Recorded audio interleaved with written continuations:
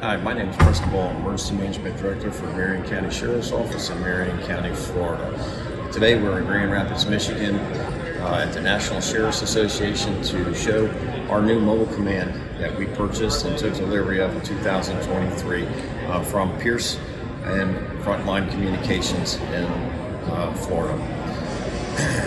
Marion County, Florida, we are the 5th largest county in the state of Florida.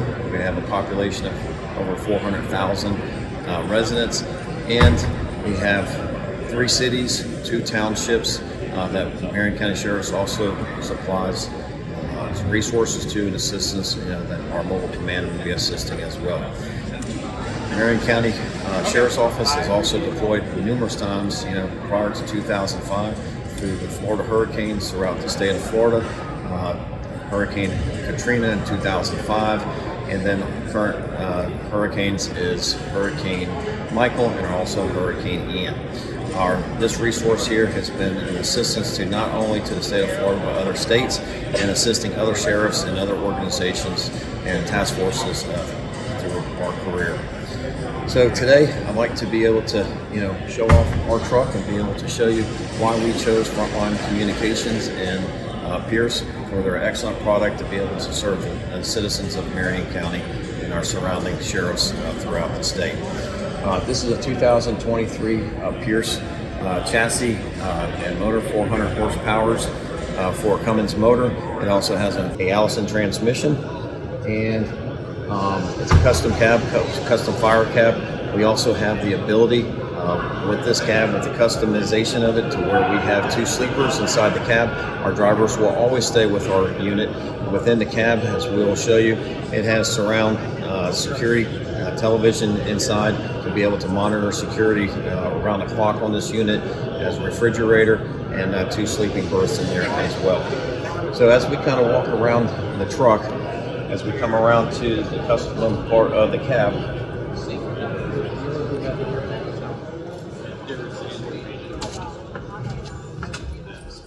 we have 2 bunk beds in here. Also, if they're not being used as bunks, they also will fold up to the wall, giving you plenty of storage space in here. We have 2 lockable cabinets, a refrigerator for the driver during transports and staying with the vehicle. This is where our cameras are able to be viewed, to be able to, for security, as they are staying with the truck overnight. Right, so one of the other unique things about when we chose this company to be able to build our truck was the seamless designs. There's no rivets. It's all smooth construction and all one piece in construction of this. As you look up onto the roof, all our antennas, all our wirings, there's no exposed wires, no exposed nose rivets, there's no silicone, nothing on top of the roof, so we are guaranteed with no leaks on our roof.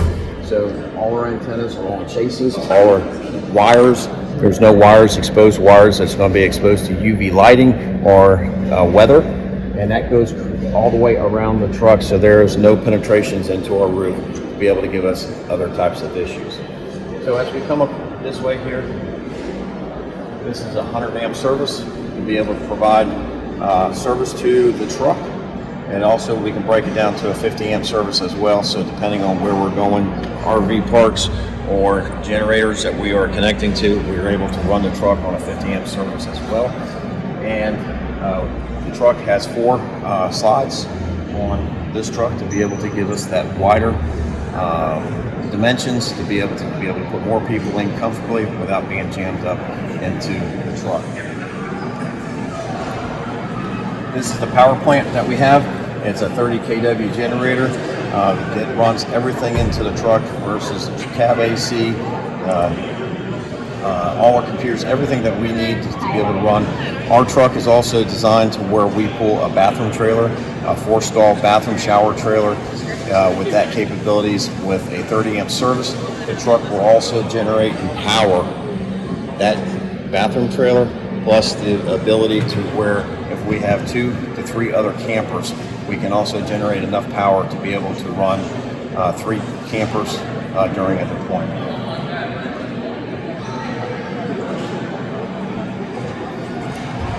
This two compartments here. This is the back side of our IT compartment on the inside.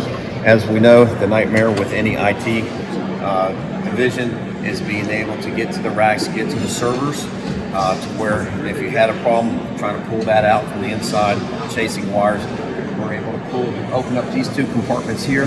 This compartment here also drops down as a platform that you can stand on and be able to service the back of your IT equipment without pulling equipment out from the back and leaving everything in place. These are two. This is a storage bin here for outside storage, and then here is our hydraulics and controllers for our mass, and also for our hydraulics for our truck.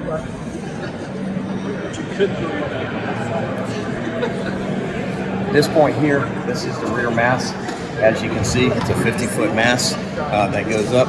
That not only it has the ability for our 800 megahertz repeater, so we can actually utilize our mobile command truck as a repeater for our 800 megahertz. Also up there is our failovers. Those are our cradles for our AT&T and Verizon. So in Marion County, Verizon is our primary cellular service.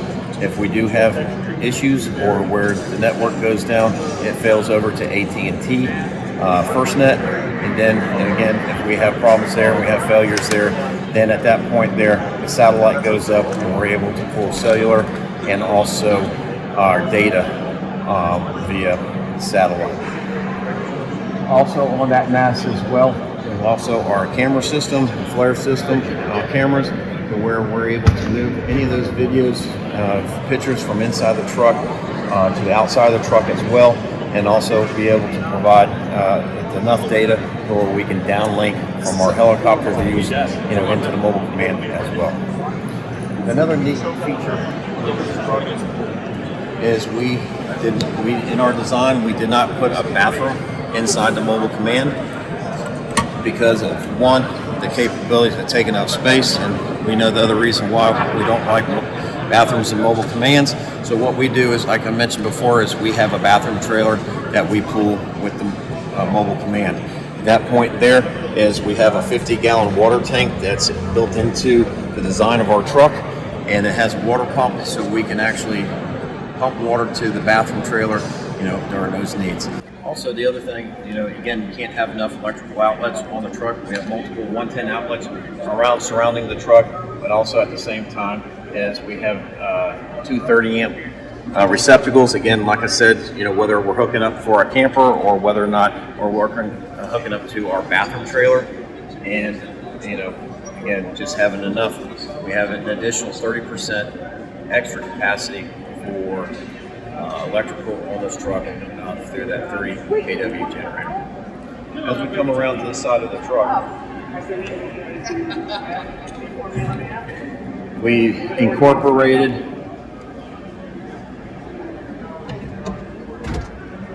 a coffee and microwave system on the truck to be able to, again, keep unnecessary people out of the mobile command.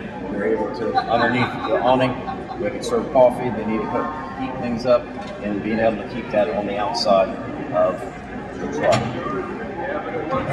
So this area here of our outside command center is anything that we play on the inside of the truck, we can display here on the outside.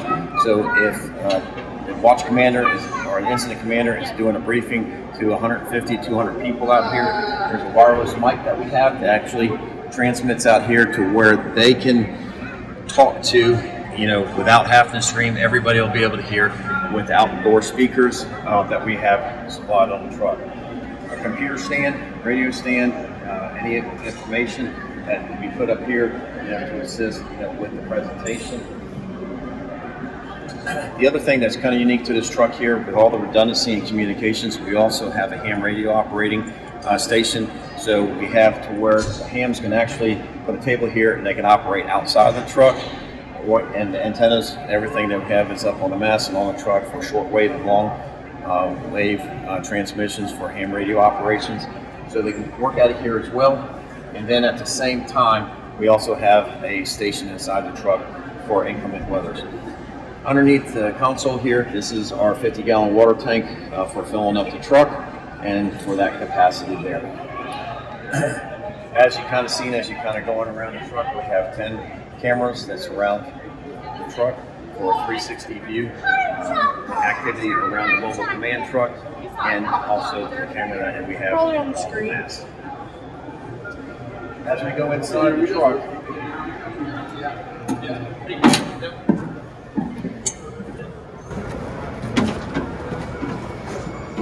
as we come in, our IT racks, this is where all the brains of the truck is, and patching that we use, starting with DirecTV, again, for weather, news, events that are going on for us to monitor current events. We also have all our radio banks. We have all our modules and fuse blocks. This is where all the cellular, satellite, and all the communication actually happens here. This is the front side of our rack that we were talking about, that you were able to access to that back side of for easy work. Multiple cabinets for storage.